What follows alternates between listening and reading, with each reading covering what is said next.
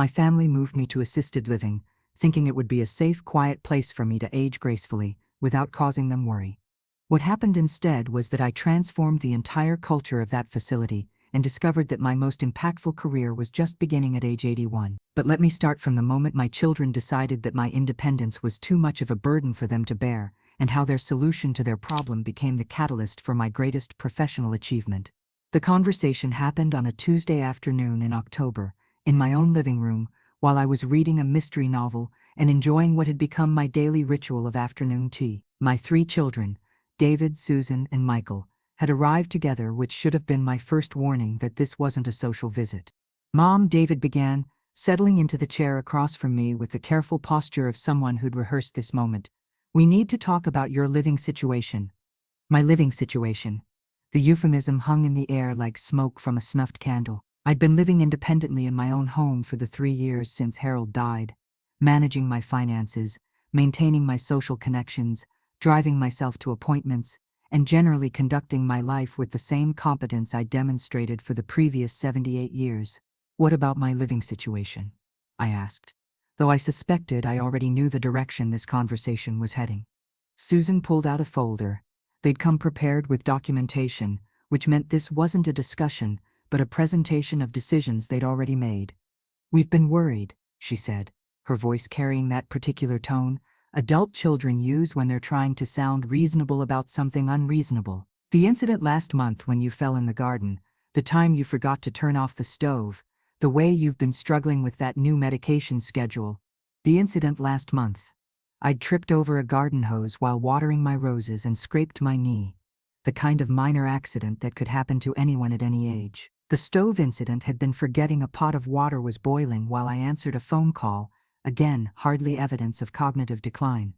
The medication schedule was admittedly challenging, but I'd been managing it successfully with a pill organizer and daily reminders. These aren't major problems," I said carefully. "They're normal challenges that people manage all the time."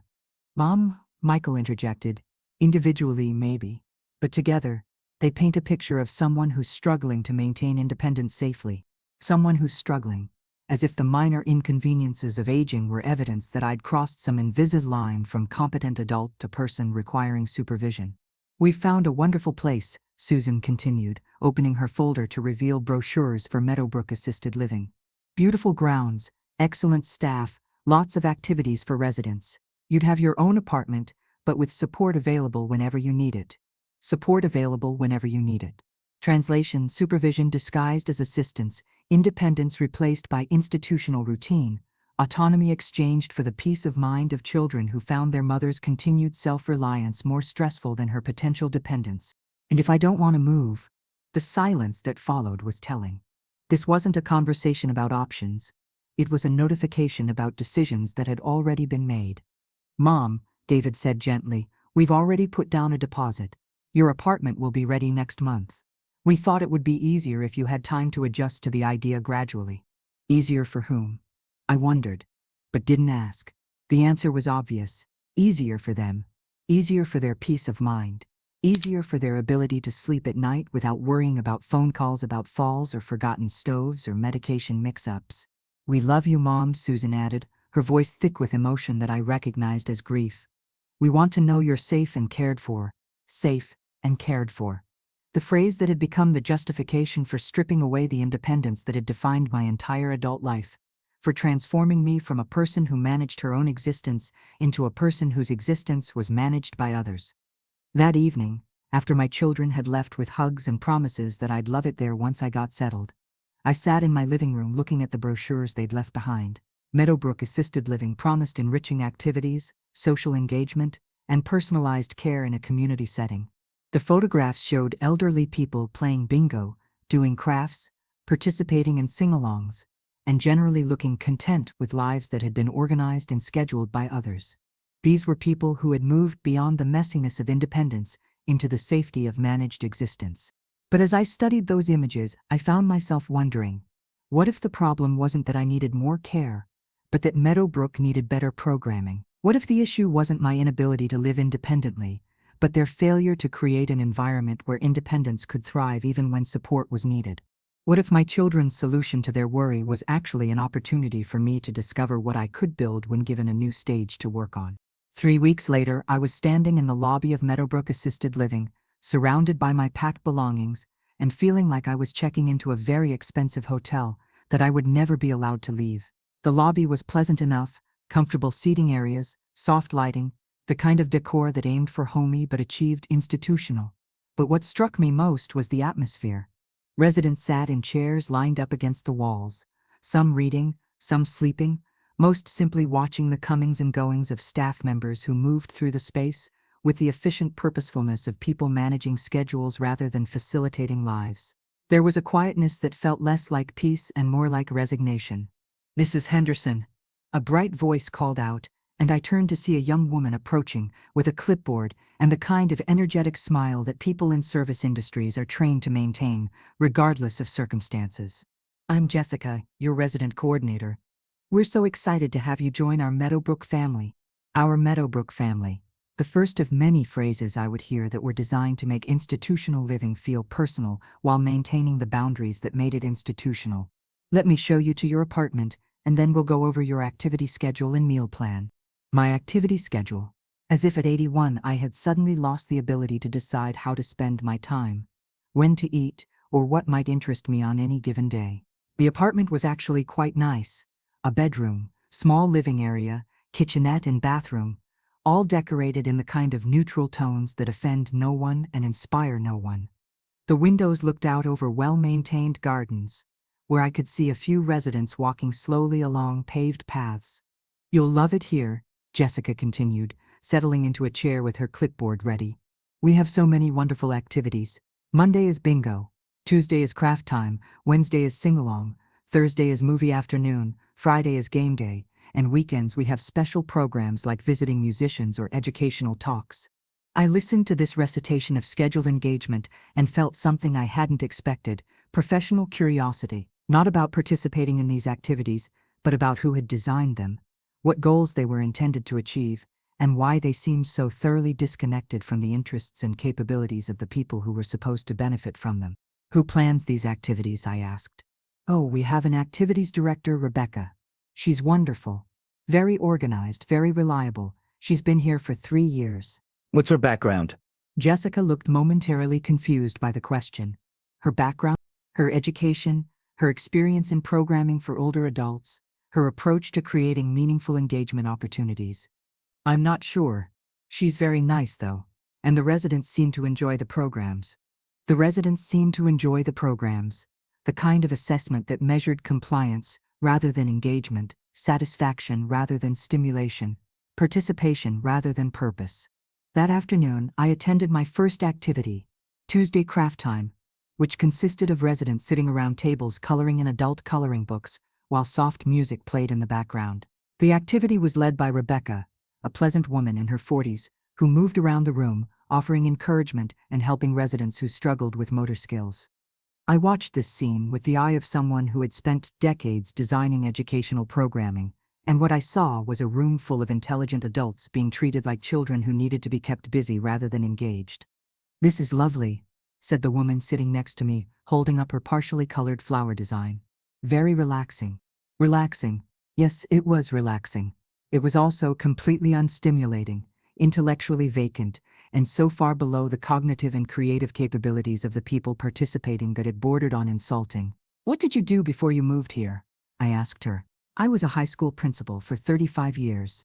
A high school principal, spending her afternoon coloring in books designed for stress relief rather than intellectual challenge, participating in programming that bore no relationship to her decades of experience, managing educational environments and developing curricula for adolescents." "And you?" she asked. "I was a librarian and later worked in educational program development." She looked at my coloring book, then at me, and I saw a flicker of recognition in her eyes, the look of someone who understood that we were both participating in something that fell far short of our potential.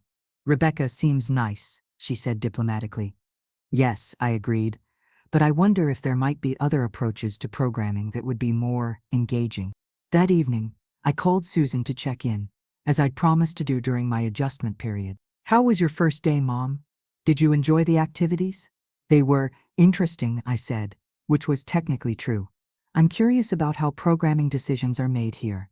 Mom, please don't start trying to change things on your first day. Just focus on settling in and making friends. Just focus on settling in. As if accepting the limitations of institutional programming was part of the healthy aging process.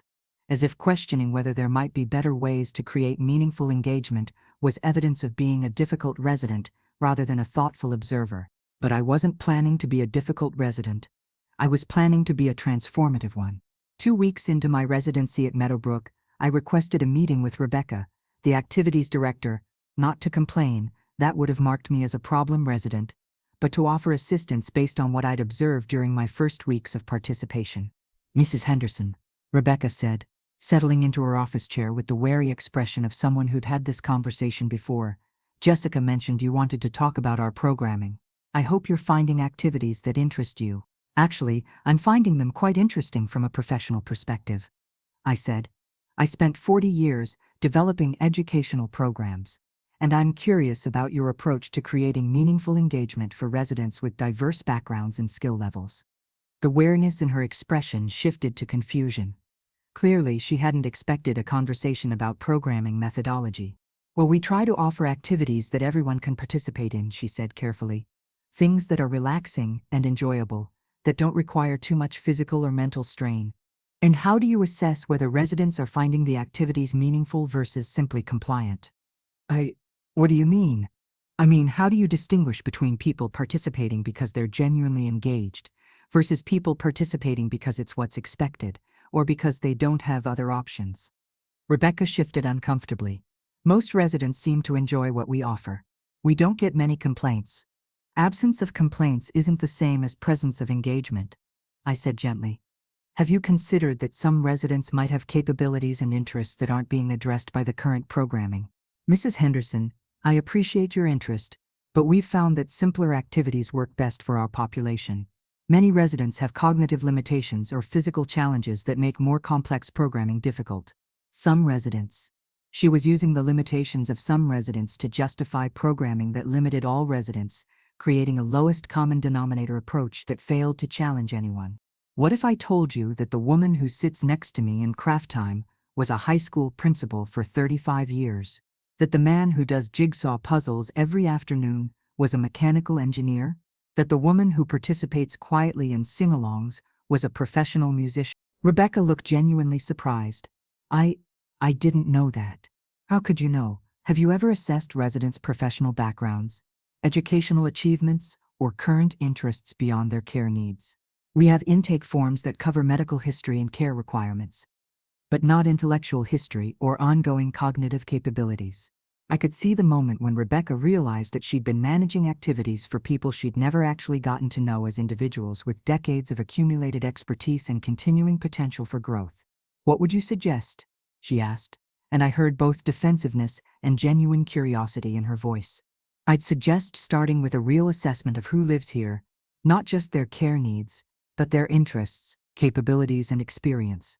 Then I'd suggest developing programming that challenges people rather than just occupying them. That sounds complicated. It's more complex than coloring books, I agreed. But so are the people who live here. Rebecca was quiet for a long moment, processing this perspective. Would you be willing to help me understand what that might look like? And there it was, the opening I'd been hoping for, the invitation to transform observation into action.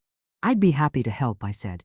In fact, I'd like to propose a pilot program that demonstrates what's possible when you design activities around people's capabilities rather than their limitations. 3 days later, I posted a sign-up sheet for what I called the Meadowbrook Forum, a weekly discussion group where residents could share expertise, lead conversations about topics they found interesting, and engage in the kind of intellectual exchange that had been absent from the facility's programming. The response was immediate and overwhelming. 15 residents signed up for the first session, including the former principal, the engineer, the musician, a retired teacher, a former business owner, and several others who had been quietly participating in craft time while longing for something more substantial. Our first forum topic was things we wish younger people understood about aging. The conversation lasted 2 hours, generated insights that none of us had heard expressed in institutional settings, and created connections between residents who had been living in proximity without really knowing each other. But more importantly, it demonstrated something that Rebecca, and eventually the entire Meadowbrook administration, had never considered: that assisted living residents weren't just people who needed care, but people who had valuable contributions to make if given the opportunity to make them. The pilot program was about to become something much larger. 6 weeks after my arrival at Meadowbrook, I was sitting in the administrator's office with Rebecca and the facility director, presenting what I titled "A Comprehensive Approach to Resident-Centered Programming," essentially a complete overhaul of how activities were conceptualized, developed, and implemented. "Mrs. Henderson," said Margaret Thompson, the facility director, reviewing the proposal I'd prepared, "this is quite ambitious." Ambitious. The word that administrators use when they mean risky but don't want to discourage initiative entirely. "What Rebecca and I have discovered," I said, "is that Meadowbrook has been systematically underutilizing the most valuable resource available to us: the residents themselves."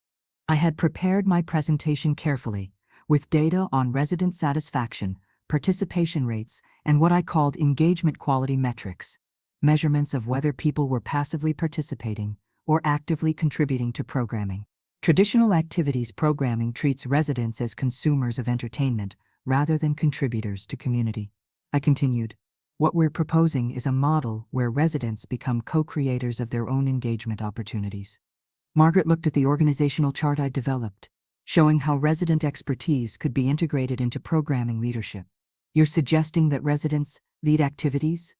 "I'm suggesting that residents with 40 years of teaching experience might be better equipped to lead educational discussions than staff members with no educational background.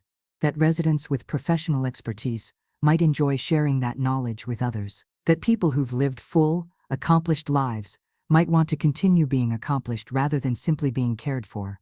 Rebecca, who had been initially skeptical but had become increasingly enthusiastic as she saw the results of our pilot programs, spoke up. "Margaret, you should see what's been happening with the forum discussions and the new programming Mrs. Henderson has been developing. Resident engagement is higher than we've ever measured." Higher than we've ever measured. That was the key phrase: measurable improvement in the very outcomes that Meadowbrook claimed to prioritize. "What kind of resources would this require?" Margaret asked, which I recognized as administrator speak for "how much will this cost? And how much additional work will it create?"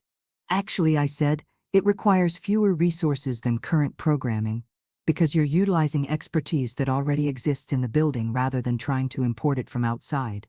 I had prepared for this question with a detailed budget analysis showing how resident-led programming could reduce expenses while improving outcomes.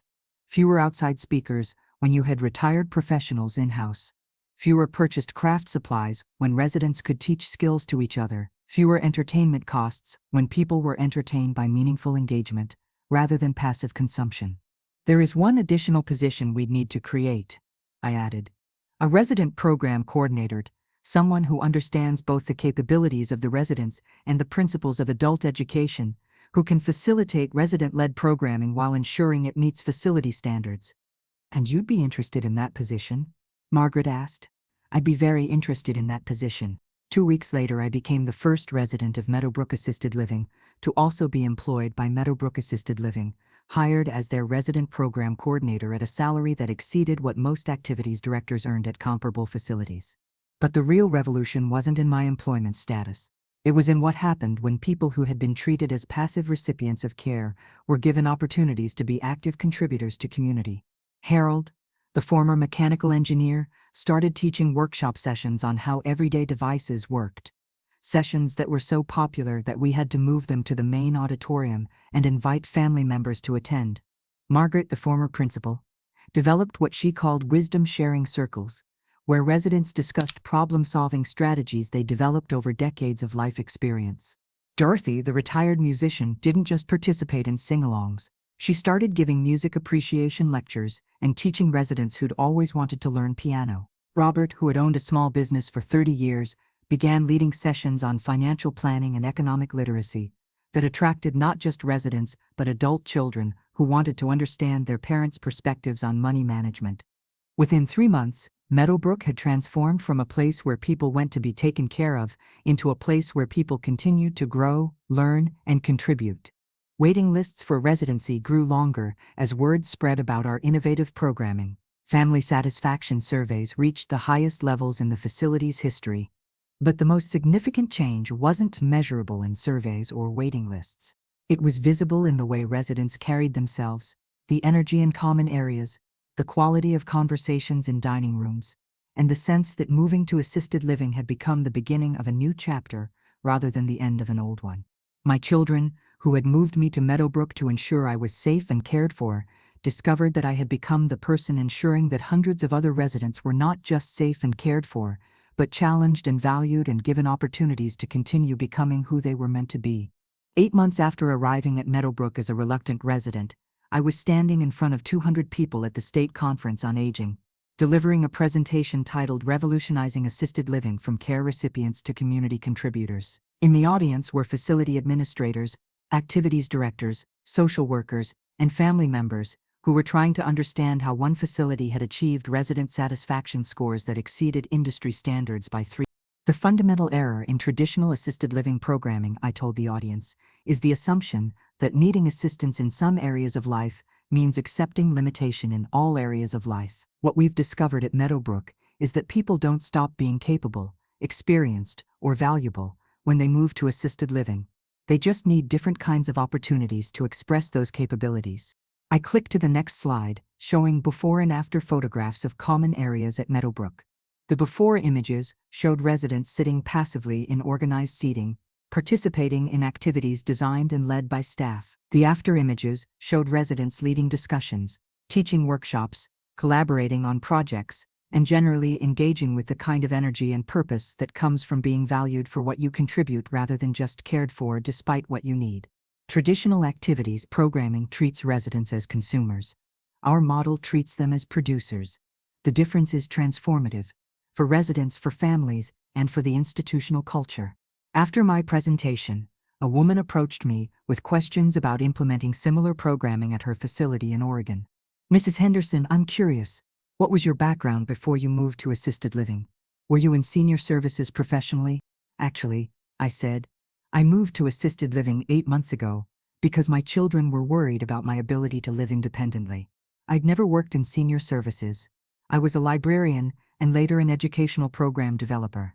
Her expression shifted from professional interest to something approaching amazement. You mean you developed this entire approach after you became a resident?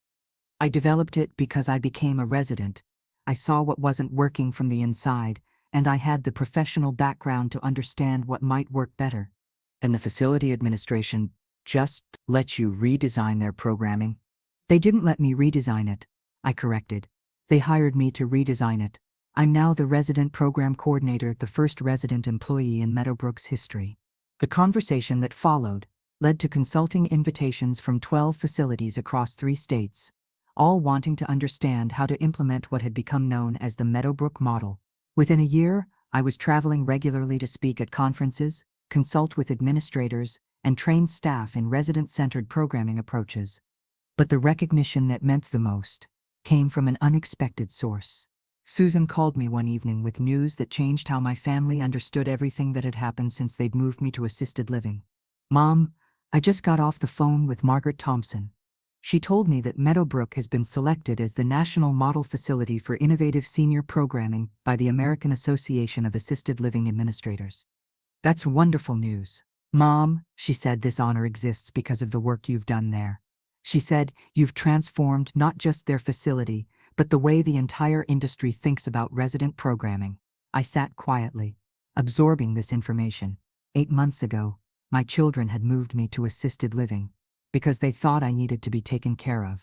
Now the facility where they'd placed me was being recognized nationally for innovations I had developed. Mom, I need to apologize. For what, dear? For assuming that needing some help meant you couldn't continue helping others. For thinking that moving to assisted living meant the end of your productive years instead of the beginning of a new career. Susan, you were trying to keep me safe. I understand that. But we were also limiting you. We saw your minor struggles as evidence that you'd lost your capabilities, when what was really happening was that you were ready for a new venue to use those capabilities. 3 days later, David and Michael called with similar apologies, similar recognitions that they had mistaken care needs for complete dependency, assistance requirements for intellectual decline. But the real transformation wasn't in their apologies. It was in what happened when they started visiting Meadowbrook and saw what their declining mother had built. 2 years after my family moved me to assisted living to age gracefully, I was sitting in my office at Meadowbrook, not my apartment, but my actual office, with my name on the door and my title underneath, Betty Henderson, Director of Resident Life Programming, reviewing applications from facilities across the country that wanted to license the Meadowbrook model for their own communities. The transformation had been so complete that it was sometimes difficult to remember what the facility had been like when I arrived. The scheduled activities that once consisted of bingo and craft time had been replaced by resident-led seminars, skill-sharing workshops, and collaborative projects that connected Meadowbrook residents with schools, businesses, and community organizations throughout the region. Our most popular program, Lifetime Learning Exchange, paired residents with local college students for mutual mentoring relationships.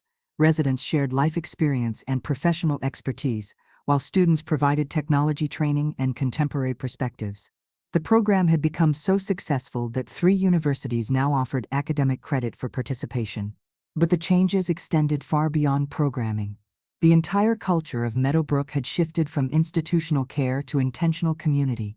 Residents weren't just people who lived there, they were stakeholders in how the community functioned, contributors to its direction, and leaders in its continued development. "Mrs. Henderson," my assistant announced over the intercom, "your 3 o'clock appointment is here." My 3 o'clock appointment was Dr. Sarah Martinez, a gerontologist from the University Medical School, who was conducting research on what she called the Meadowbrook phenomenon, the measurable improvements in resident health, cognitive function, and life satisfaction that had occurred since the implementation of resident-centered programming. "Betty," she said, settling into the chair across from my desk, "I wanted to share the preliminary results of our longitudinal study." She opened her laptop and showed me data that made our transformation measurable. Depression scores among residents had decreased by 40%, medication usage had declined by 23%, family satisfaction ratings had increased by 6%, and staff turnover had dropped to the lowest levels of any facility in the state. "But the most significant finding," she continued, "is cognitive function improvement. Residents who've been here for more than 6 months are showing measurable gains in memory, problem solving, and creative thinking, gains that are almost unprecedented in assisted living populations." Cognitive function improvement. The exact opposite of what assisted living residents were expected to experience. The reversal of assumptions that had justified treating people like me as declining rather than developing. "Sarah, what do you think accounts for these improvements?" "Purpose," she said without hesitation. "When people feel like they have meaningful contributions to make, when they're challenged intellectually, when they're valued for their expertise rather than just cared for despite their limitations, their brains respond by becoming more active, not less." That evening, my 3 children came for dinner, not to check on my well-being, but to hear about my latest projects and to discuss the business plan I'd been developing for franchising the Meadowbrook model to other communities. "Mom," David said, looking around my office at the walls covered with certificates, awards, and photographs from conferences where I'd been a featured speaker, "I have to ask you something." "What's that?" "When we moved you here, were you angry?" I thought about his question, about the morning they'd arrived with their folder and their deposit and their certainty that I needed to be managed rather than empowered. "I wasn't angry, David. I was disappointed." "Disappointed how?" "Disappointed that you saw my minor struggles as evidence of major decline. Disappointed that you thought needing some help meant losing all capability. Disappointed that you couldn't imagine I might still have contributions to make." Susan, who had been quietly listening, spoke up. "Mom, what you've built here isn't just impressive. It's revolutionary. You've changed how an entire industry thinks about aging and capability." "Susan, what I've built here is what happens when you design environments around people's strengths instead of their limitations. When you treat experience as an asset rather than a liability. When you assume capability rather than decline." Michael, always the practical one, asked the question I'd been expecting. "Mom, do you wish we hadn't moved you here?" I looked around my office, thought about the community I'd helped create, the residents whose lives had been transformed by being valued for their contributions, the families who no longer worried about their parents wasting away in institutional care, the industry professionals who were implementing our approaches in their own facilities. "Michael, I wish you had recognized that I didn't need to be rescued from independence, but I'm grateful that your attempt to solve your problem created an opportunity for me to solve a much bigger problem." What bigger problem? The problem of what happens to capable, experienced, valuable people when society decides they're too old to contribute anymore. The problem of institutions that manage decline instead of facilitating continued growth. The problem of families who love people so much they accidentally limit them. 3 months later, Betty's Assisted Living Innovations was officially launched as a consulting firm specializing in resident-centered programming for senior communities. The business now works with over 40 facilities across 12 states, training staff, redesigning programming, and transforming institutional cultures from care-focused to contribution-focused. But the real measure of success isn't in the business metrics or the industry recognition or even the measurable improvements in resident outcomes. It's in the letters I receive from families whose parents have moved to facilities implementing our model, who write to thank me for creating environments where their loved ones are thriving rather than just surviving. They moved me to assisted living, thinking it would be a safe, quiet place for me to age gracefully, without causing them worry. What they discovered was that their solution to their worry had created an opportunity for me to build something that would benefit thousands of people they'd never met. Sometimes the best thing that can happen to your life is being underestimated by people who love you. Because when you prove them wrong, you often discover capabilities you didn't know you possessed. This was my truth, and it began with refusing to accept that needing assistance meant accepting limitation.